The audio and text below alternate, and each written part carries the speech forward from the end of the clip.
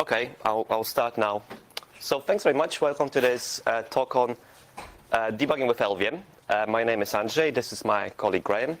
And we'll try to showcase technologies within LLVM that will help you with solving various problems. Both Graham and myself are compiler engineers at ARM. We work on the scalable vector extension support for Arch64. None of the technologies that we'll be describing today is something that we work on. It's something that we use on a daily basis, something that we're very fond of, and we feel that it does deserve a bit more advertising. So this presentation is split into two parts. I will introduce and talk about LLDB to begin with, and then Graham will jump in and he'll introduce you to LLVM sanitizers. LLDB, one of the nicest things about LLDB is very compatible with GDB, and I think it's important because a lot of people are familiar with GDB and they are concerned about switching to LLDB. And this is apparent when you realize what the architecture of LLDB is. So uppercase LLDB is just a sub-project within LLVM. Now that sub-project implements a bunch of binaries like lowercase LLDB, lowercase LLDB server. And what happens, you as a user, you'll be using LLDB, typing commands, but behind the scenes, it's actually the LLDB server that does all the heavy lifting like memory read, memory write, register read, register write. And the two communicate with each other using the GDB remote serial protocol, which means that in principle, LLDB server implements GDB server and can be a drop-in replacement for GDB server, and same with LLDB. In principle, it works. I tried it in certain scenarios, but obviously there will be some clashes. But still, I think it's fairly obvious that they try to make it compatible with GDB, and I think that's important. If you're interested in the GDB remote serial protocol, it's fairly straightforward. Every packet starts with a $, followed by data, followed by a hash sign and a checksum. And LLDB actually extends that because you can do that, and LLDB works on a lot of complex platforms.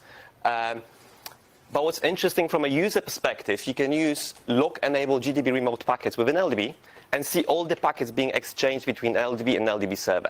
And that can be useful because if you're on a new platform and something doesn't work and you're wondering why, then you can use that to see whether packets are being exchanged and acknowledged, or if you just want to see how, for instance, registers are being requested and read. So this can be just a fun thing to use. And in fact, LLDB has a lot of logging channels, and you can check them by typing log list. And the list is very long. And this brings me to a structure of LLDB commands.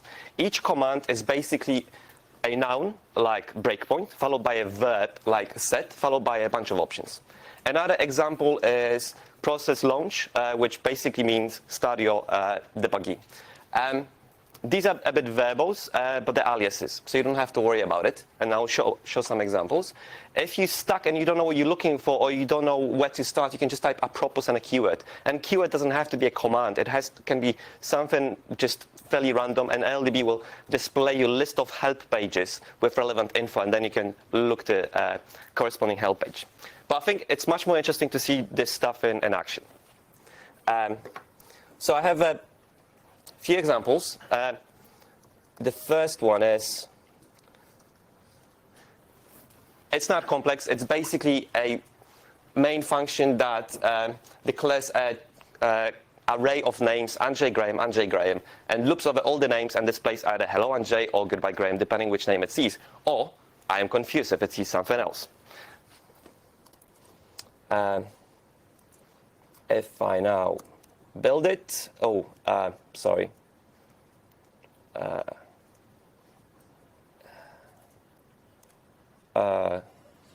LLDB example. Yeah, sorry.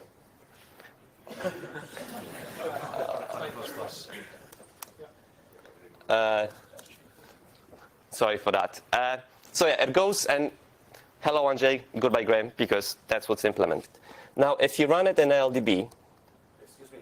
Yes. When you type an LLDB command, could you always say what you're typing, because I don't see it? I'm only interested in the LLDB commands. Yes. Okay. So I'm starting LLDB, and I'm typing breakpoint set -n main. I don't need that. So that's the verbose way of setting a breakpoint. I'm setting a breakpoint. I'm running my process, and it's displaying me assembly, which is not what I wanted, because I didn't build with debug info. So let's do that again. And okay, and immediately you see how nice LDB is, because it displays you the source code with the surrounding context. It highlights where you hit the breakpoint, including row and column, which is useful because sometimes you can have multiple expressions in one column. And now if I just step through and I'm typing N in LDB, which is an alias for stepping over, which is compatible with GDB, it redisplays the same stuff and highlights where exactly on which line you're stopping. Now, but what I really like about LDB is the expression evaluation engine. And you can basically type any C++, modern C++ code that you want. So now I'm overwriting the contents of the character array. So I'm just typing exp for expression, and then you type your C++ expression, in this case for auto name and names, name set to Pinky, which is just random name. And now, oops, you can see that it has overwritten it. So it jittered the code and it did something behind the scenes, and now it's changed. And if I continue, it's confused, which is fantastic because sometimes, and I do it all the time, you might be tricked into, okay, I'm going to modify my source code, recompile, rerun in the debugger, and see what happens. You don't have to do that. LDB leverages libclang and has access to very powerful JIT, so you can do stuff like that live. But let's try another example. This one, the source is not very important, so I'm trying a different example. This implements a multi-threaded, very simple multi-threaded increment of 3 numbers. So it increments X, Y, and Z to some very big value, and it does so in 3 threads. If I do it, if you look at it in LDB, so this time I'm using just B to set the breakpoint because there's an alias. I don't have to do breakpoint set. B is fine. So that's something you know from LDB, GDB. And I'm setting a breakpoint on function X because I know I implemented the file, so I know it's one of the methods that's executed in parallel that does the increment. And again, it displays the relevant code. It doesn't fit on the screen, but you can see the breakpoint is being hit over there. And because this is multi-threaded, I know there will be multiple threads stopped. So I'm typing thread list, and indeed there are 3 threads. But I want to know what's happening with these 3 threads. And for that, I think it's really nice to actually use GUI, which is Graphical User Interface. So I'm typing GUI in LDB, and it takes you here. And you get this for free out of the box, and it just works. Main window is your source and highlights where you hit your breakpoint. Your variables are displayed here from the current frame. And there's a process. And that one is the most interesting one because you can expand it, and you have 3 threads, all fine. And then you can jump between the threads, and it shows you exactly where in each thread you are. And you can also go over different frames within each thread, which I think is fantastic and really useful. Another feature is embedded Python interpreter. So you just type script, and you enter a Python interpreter inside your debugger. And you can type anything basically you know from Python. What I'll show you is an example of using LDB Python bindings. So you can do something like, so I'm typing print LDB target get triple. And if you're familiar with LLVM, you'll know that triple is something that LLVM uses internally to describe the platform you're on. So I'm just printing that using LDB's Python bindings. And it's x86, 64, macOS. There's many more. There's many, many, many more. And as a matter of fact, you can use those Python bindings to script your debugger and extend it. And in order to present that, I will use I have a hobby project called LLVM Tutor. It's a collection of passes. And if you're familiar with LLVM passes, you'll know that each one implements this run method. But it's either run on module, run on basic block, run on function, run, and then you have the new pass manager, old pass manager. And if something breaks, I just want to start LLDB and hit a breakpoint, and I don't think which method it needs to be. I want to be just like, just set a breakpoint.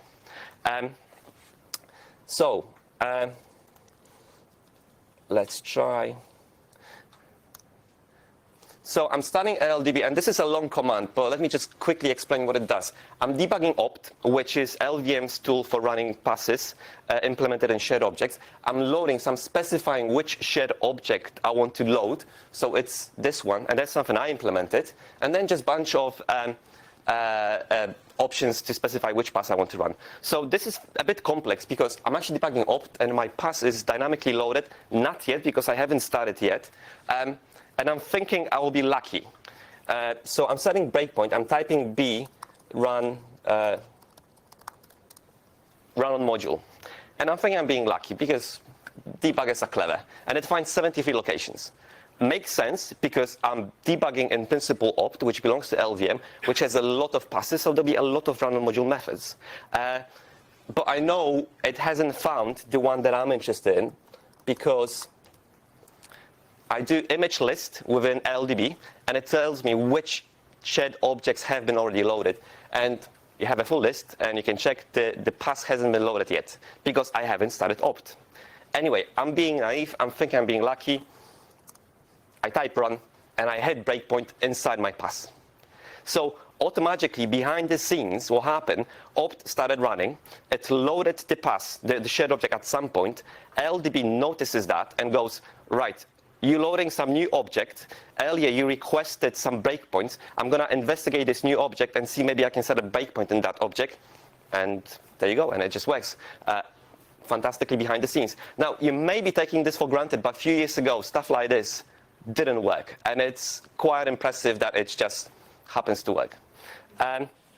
But this worked, and that was just one pass. Now I'm doing exactly the same thing, but with a different pass. So it's just a different shared object and different command line options. But otherwise, I'm doing the same thing. So run on module, exactly same exercise, found 73 locations, run, and it's not hitting the breakpoint. The pass runs, displays the output from the pass, but the breakpoint wasn't hit, because the method this time is not run on module. However, I have this method that I implemented in Python, which is not complicated, called LLVM tutor, because that's my project.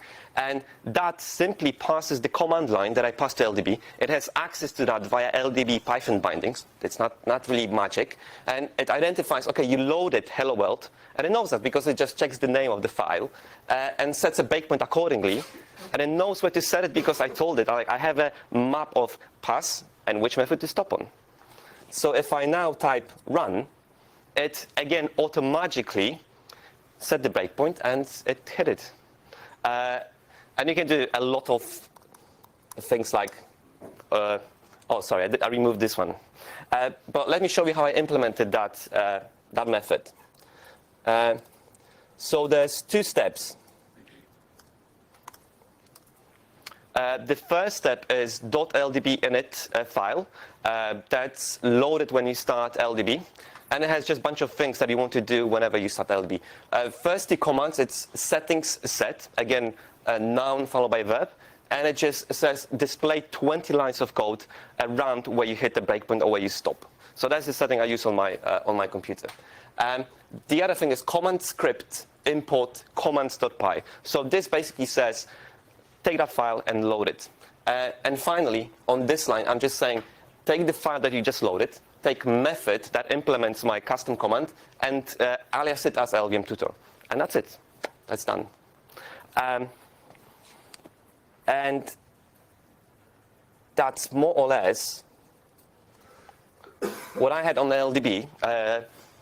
This is a few aliases available within LLDB, but I actually copied some of them from official documentation of LLDB. I recommend you go there. The list is very long, and there's a lot of aliases like this. I show the expression evaluation engine. we talked about Python interpreter and implementing custom commands. Now, there's a few links. So LDB tutorial available on the official page of LDB is amazing. There's a lot of examples, and it's written very, very well. So I recommend visiting that and trying to follow the examples. GDB RSP protocol was really, really, really well described over there. And if you're interested in my examples, then you can also look at them. Now, there's a lot of things that you cannot do with a debugger. And you can deal with them using a sanitizer, and that's something that Graham will talk about.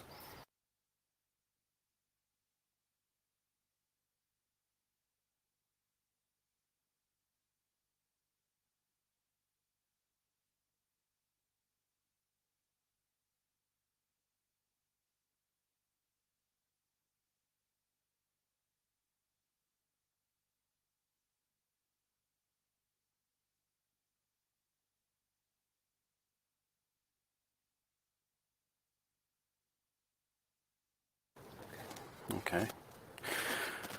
Right. So, what is a sanitizer? It's a feature in LLVM and GCC as well that allows you to build your program with additional instrumentation code that helps you find bugs that you didn't know were there. And it's pretty easy to start using in that you just need to have this extra command flag on your compile line of -fsanitize equals and then the name of a sanitizer. And there's several sanitizers available for things like figuring out whether you've come up with an invalid memory address and tried to dereference it, or if you've invoked some undefined behavior from C.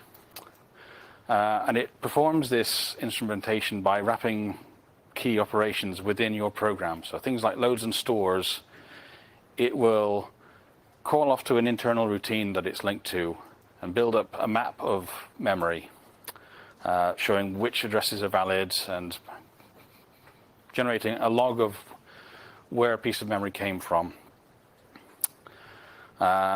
If you run top when you are executing one of these, you will often see something like a virtual memory size of 20 terabytes, which looks a little alarming at first, but it's not really that big. It does have an overhead of somewhere between 3 and 15 times space-wise, depending on which sanitizer you use and which options you're going to use. But generally, it's not that bad.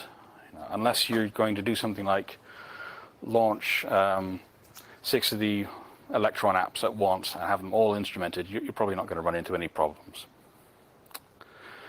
There's behavior that's tunable when you encounter an error. So the default is to just report that an error occurred and then keep on going and hope you make it through.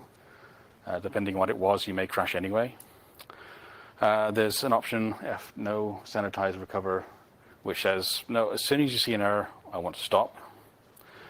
And then if you're just using the undefined behavior sanitizer, that doesn't need the extra tracking of memory. So you have the option to just say, plant a trap instruction, and I don't need to link in the compiler runtime. These can be combined to some degree. So if you wanted to track whether you'd hit a signed integer overflow, but then definitely stop if you walked off the edge of an array, you can do that. But for the address, memory, and thread sanitizers, they all want to control the heap and control all of malloc and stuff. So you cannot use them together. So let's go into a brief example of what we can actually get out of this. So I've got a simple example here over 2 files. And I suspect a few of you have already seen what the bug is. But if I compile this,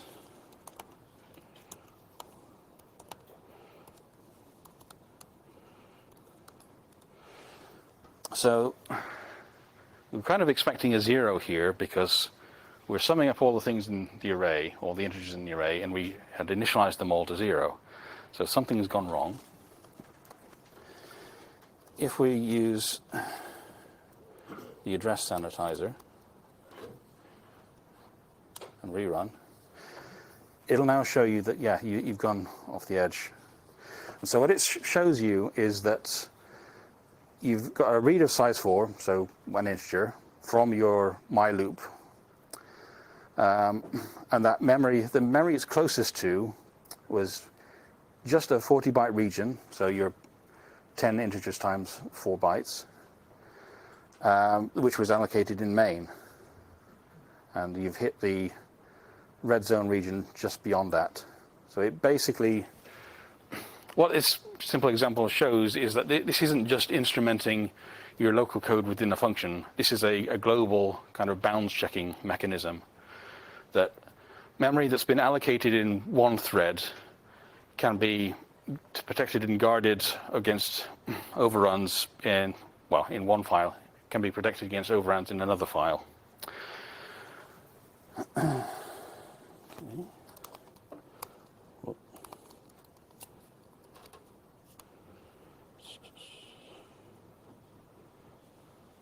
Here's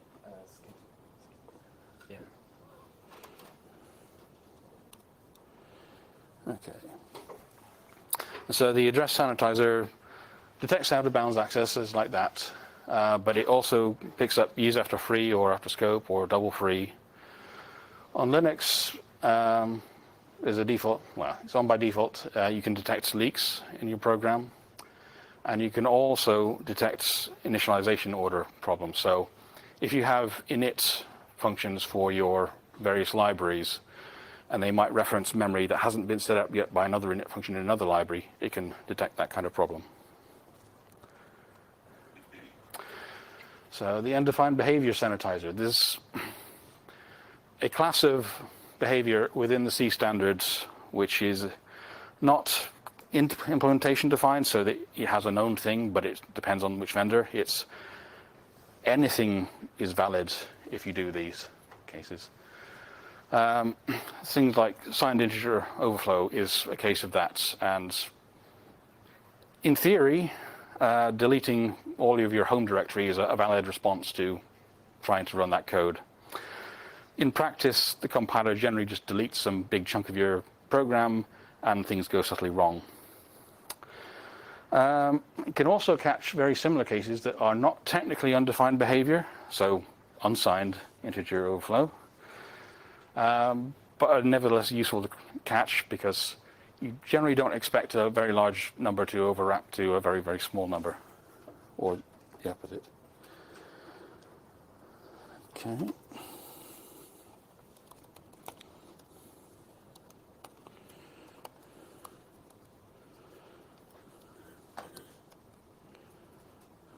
Okay, so we were trying to find an offset between 8 and 32, and that's not quite correct. But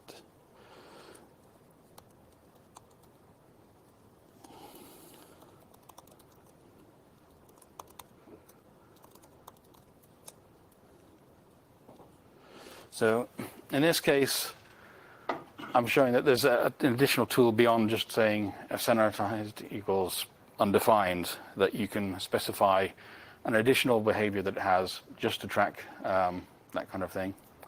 So there's a long list of all the undefined behaviors and close to undefined but undesirable behaviors that it will report to you.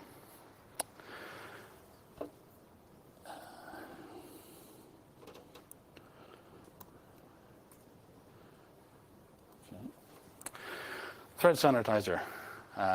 So this is obviously your thing to report data races. And I've got an example for that as well.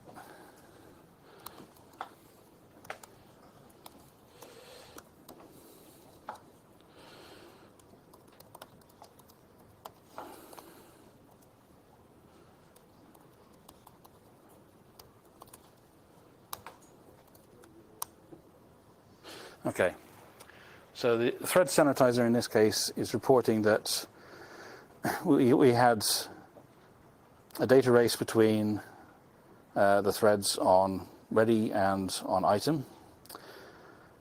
in that it will tell you which thread wrote to it first, which one wrote to it second, and that there's no synchronization between them.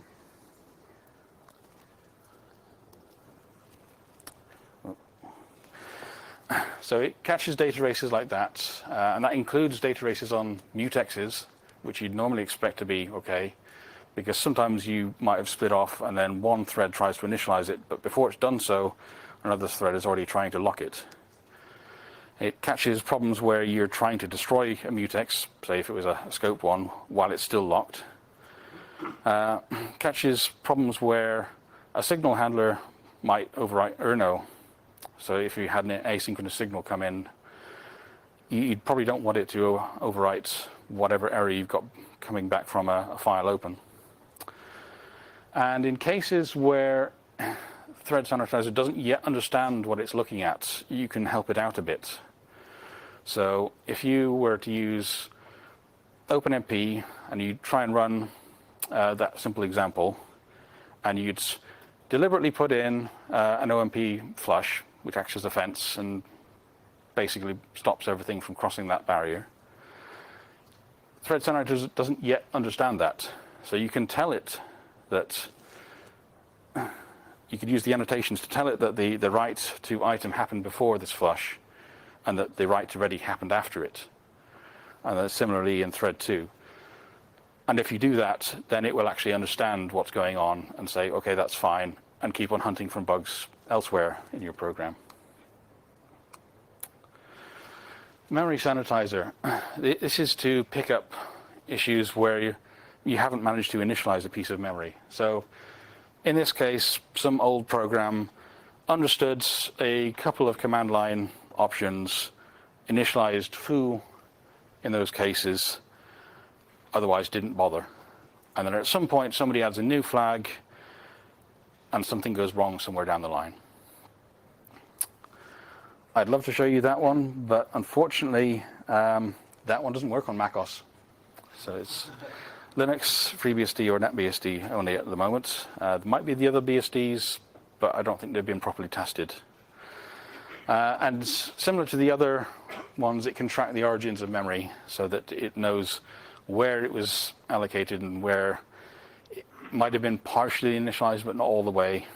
So you get an idea of where you should focus your attention. So say you've started to use the sanitizers on your program, but it's just too much overhead. So you've got some really big compute happening in the middle, and you're pretty sure that that bit's correct. And you want to focus on finding bugs in things like your parser, because parsers usually go wrong. And so you can add an attribute in your source of don't touch this one with the address sanitizer, or don't touch it with the thread sanitizer, or something like that.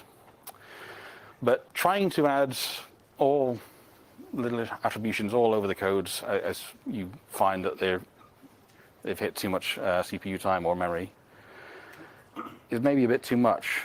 And so you can actually just give it a file and say, for this source file, I don't want you to instrument func1 with anything. For this other one, I don't want you to annotate this with the address sanitizer. Unfortunately, C++ names have to be mangled, so that's why you've got your Z9 thing. But it does allow shell wildcard of star to match everything with that prefix. More info. So I have definitely not covered all of this yet. There's a few other useful ones. So pointer compare and pointer subtract. If you've malloced two separate objects and you try and compare pointers on them, that's undefined, because hey, they might be completely different memory spaces. You don't know. Control flow integrity. If some sneaky bit of user data is trying to overwrite your stack pointers and get you into a bit of memory you're not supposed to, you've got the CFI to catch that. The data flow sanitizer is a bit of an interesting one because it's not an automatic one like the others, in that you have to manually tag pieces of memory with a name, and then it will keep that tag wherever that value goes through memory. And that's quite interesting to see with the age of a debugger. And there's more in the process of being written. So the type sanitizer is currently under review, if anybody wants to go and look at that, for catching strict aliasing problems, which is yet another class of undefined behavior. There's the main Clang documentation site, which contains a lot of useful information on these sanitizers and how to invoke them. And there's an older set of documentation from Google. Some of it's out of date, but it still contains some useful information. And I have seen people set these things up in public CI like Travis so that they get, at least weekly builds verifying what they've done.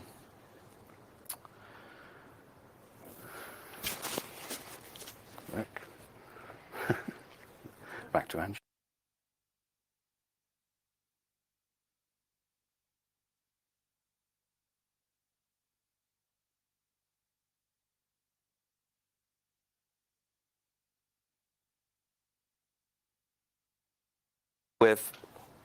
I'll quickly wrap up with one final example, because you might be wondering, right, LLDB sanitizers, it's in a way connected but a bit orthogonal.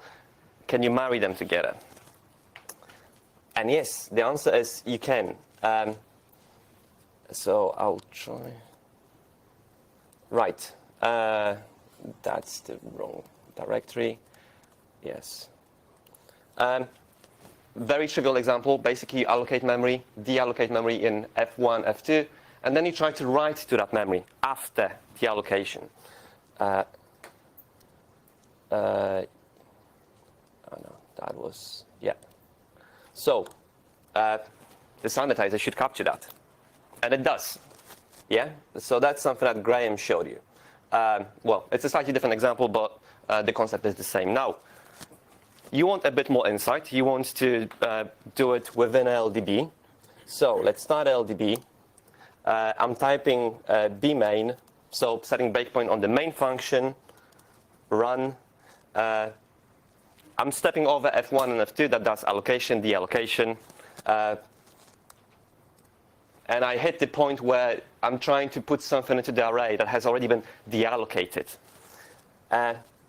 And you type memory history, name of the variable, and it shows you the stuff from the sanitizer. It shows you, well, I apologize, it's not displayed very nicely because it doesn't fit on the screen, but basically it shows you the backtrace of allocation and deallocation.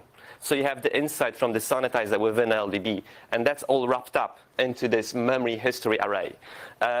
You can have a look what it is by typing help memory history. So this gives you access to the address sanitizer. You have access to other sanitizers as well. It's not wrapped up in nice commands, but you have access to that. And otherwise, I think I will just finish here. Most of all, thank you very much to the community, because this is stuff that the community has developed, and it's really nice, and we can use it and leverage to be more productive. We rushed through a few things, so if you have questions afterwards, obviously we can have questions now, but feel free to email us with follow-ups. And otherwise, yeah, thank you very much.